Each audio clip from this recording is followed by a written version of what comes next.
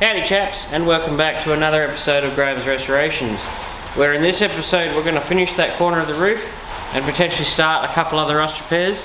We have quite a few still left to do on this car, so we're going to probably be doing the next couple of videos on this car, fingers crossed, because we've still got there the corner of the roof, the centre of the dashboard here. There's a little baby hole in the roof, there's another little hole in the roof. The gutters are gone, but we've actually done most of this car. This car is actually, this particular XY is a, what was its colour? I reckon it was copper bronze or thereabouts, the XY equivalent. And it was a factory V8 Fairmont. It is obviously going to be a GT replica, as most people do with them. But it wasn't too bad, but we've done the rear quarters, the rear wheel arches, the dog legs, the sill panels, the bottom of the A-pillar, behind the torque box. We've done half of the inner sill panel, we've done the plenum chamber corners, we've obviously done all the way across the firewall, and we did the bottom of the tail light buckets, the rear panel, some of the boot floor, and the boot channel. We've done quite a bit on this car, and we're nearly at the end of it. Unfortunately, you didn't see most of the other stuff, because that was done back when I wasn't filming every single thing I was doing, or not quite. So we'll leave it there, catch you up after the intro.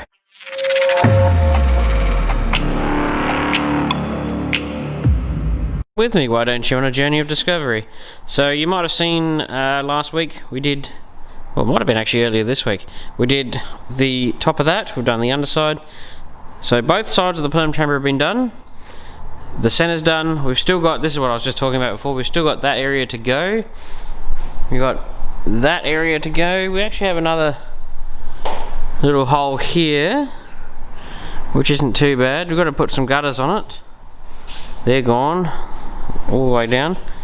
And around the back, we've got a little bit of rust there, a little bit of rust here, a little bit on the other side.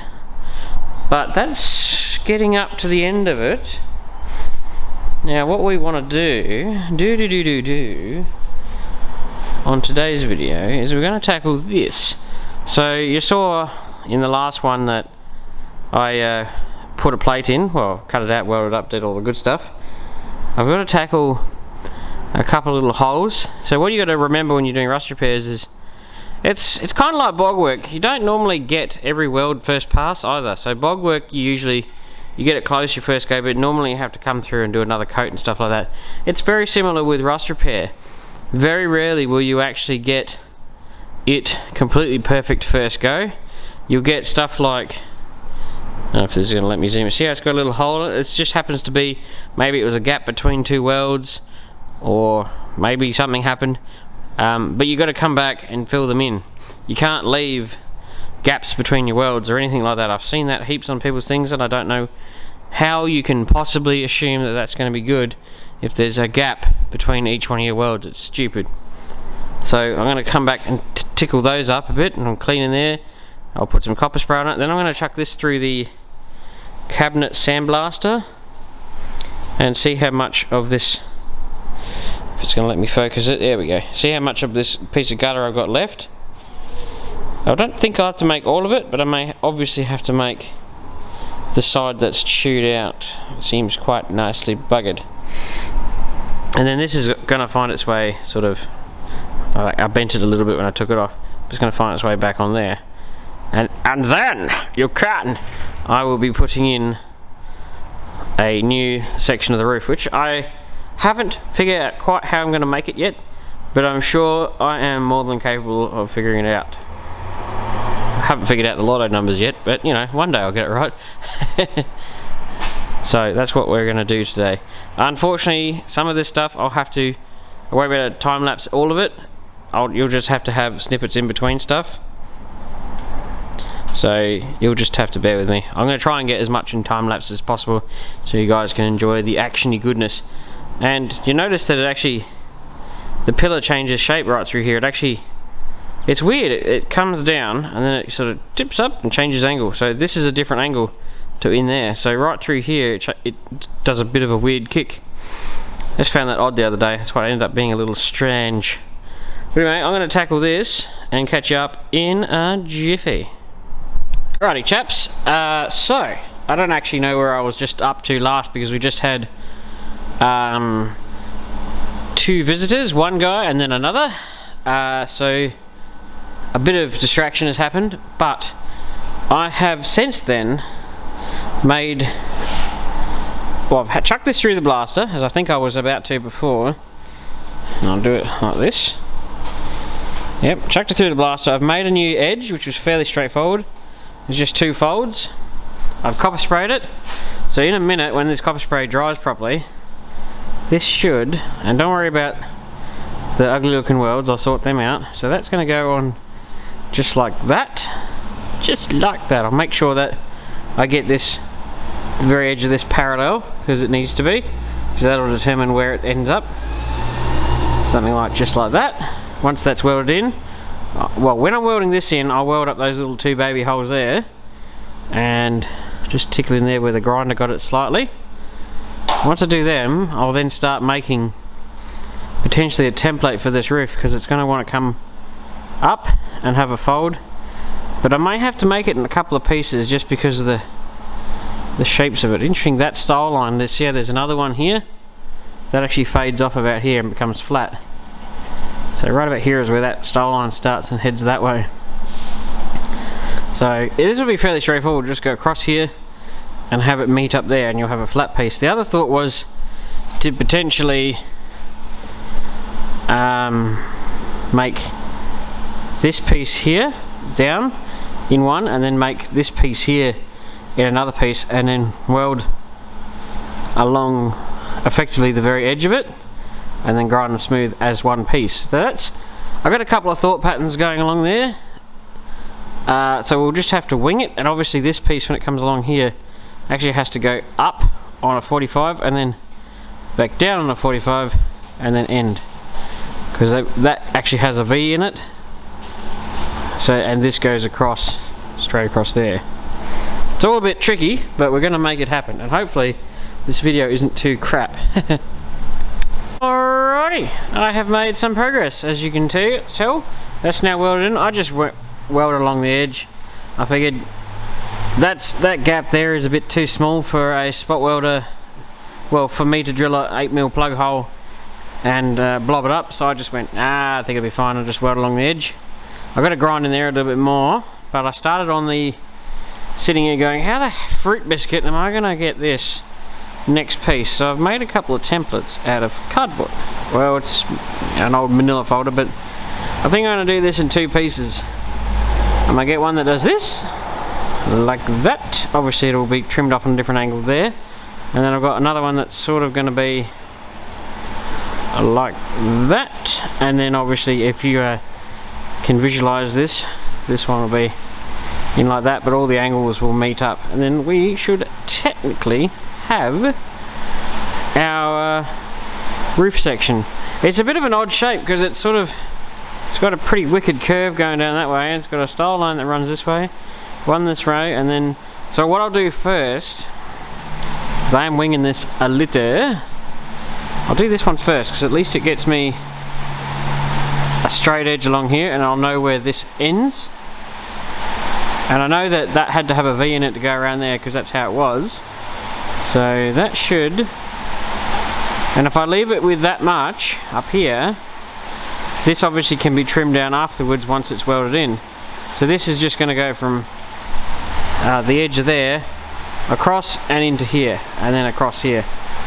So that's the gist of that, and then I'll do that one next. But yes, we are making progress. I hope it is very helpful. I was also thinking just before, as I turned my music down, one thing you got to watch for YouTube, and I've seen it on a couple of YouTubers, especially the ones who are just starting out and they got radios playing in the background. You got to watch that stuff, because if you get monetized, you can't monetize those things. If they hear songs in the background, you cannot monetize it, because you'll get a copyright infringement. So my suggestion to anybody starting out on a channel, don't have any music playing in the background. Or if you want to put music in your videos, you go to the YouTube studio app thing and go to the YouTube music library and get music from there, because that is free to use and has no copyrights. So unfortunately, if you have music playing in the background from the radio, you won't be able to monetize it. I know that's not very helpful, but it might be helpful for people just starting out. You've got to watch your music. It sounds stupid, but it does. Copyright stuff. Anyway, I'm going to get stuck into this and catch up in a second. Right. So, as the car goes past, I've made my new piece out of my piece of pepper. I've actually stretched it a little bit because I worked out it's got actually a little bit curved going that way. I V'd it. I V'd out the inside of the pillar. Obviously all that's going to get filled with weld from here up and around and through there. I looked on the other side and it's not, well, I'll show you actually. I'll just show you. As we walk around here, yes. Focus. They're not the prettiest thing where they join it in here.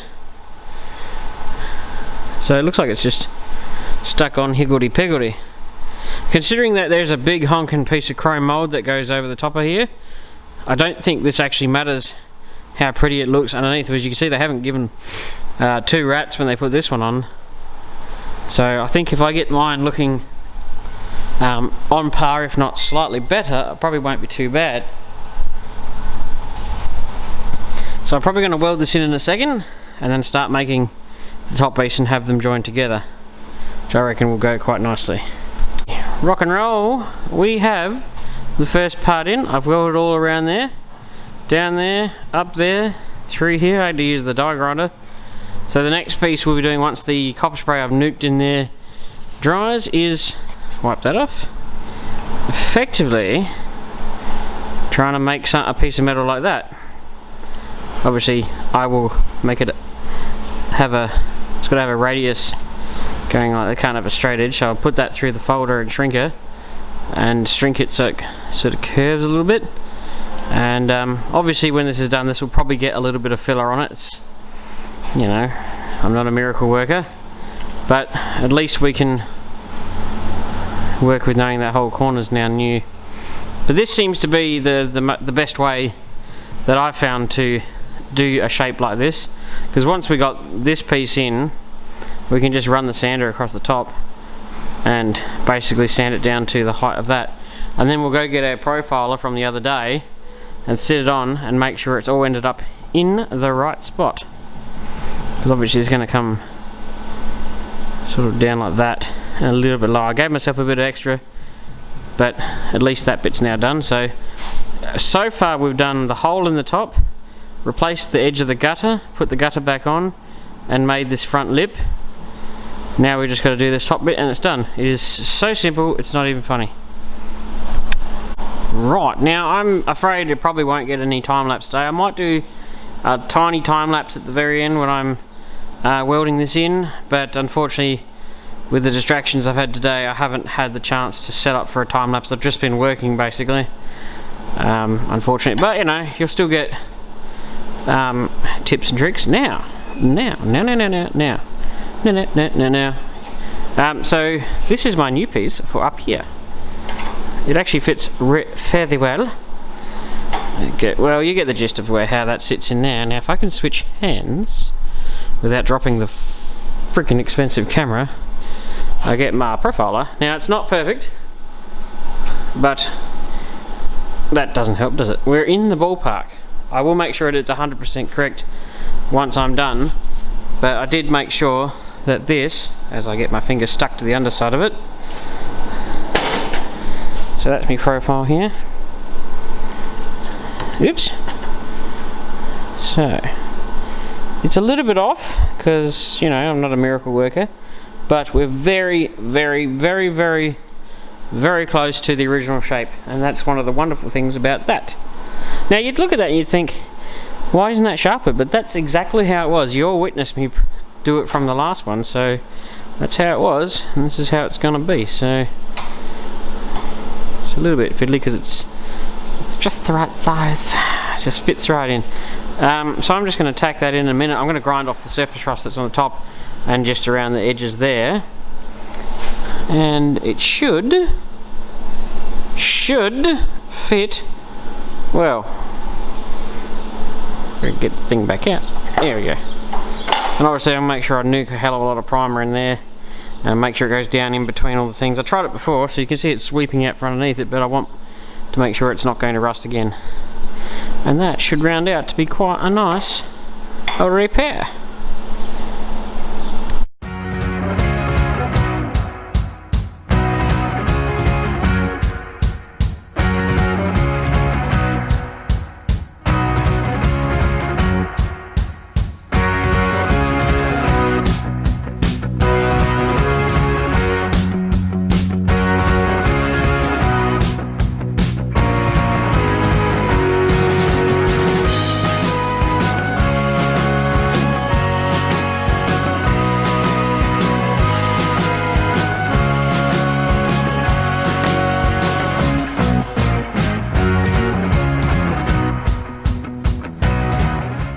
Well, with a little bit of grinding, we are finished. Well, at least this part. I mean, I'm going to tickle a couple of little areas that I'm not super happy with, and obviously just a little blob of weld there. But for the most part, she are solid as a rock. So I hope you like this one, because this was actually, I thought, now this is actually going to be quite a good video on making shapes and stuff. Because if you think about it, that's got a curve that way. It's got that, it's a few shapes, and basically proving that ultimately it doesn't matter how you get there as long as you get there. And I made this in 2 pieces and welded just along the edge, and it was a piece of cake. So that's things for the future. And I reckon if I do this and don't drop it, no, this is not going to be super. And maybe I'll switch back to my other hands. Do excuse me for a second. Here we go. Flip it around. We are what I would classify as so close it's not even funny to the shape that it was when we started. So I'm confident that that is exactly how it's supposed to be. Obviously you'd sand it a little bit. You obviously will put a little bit of filler in, because I'm not a magician.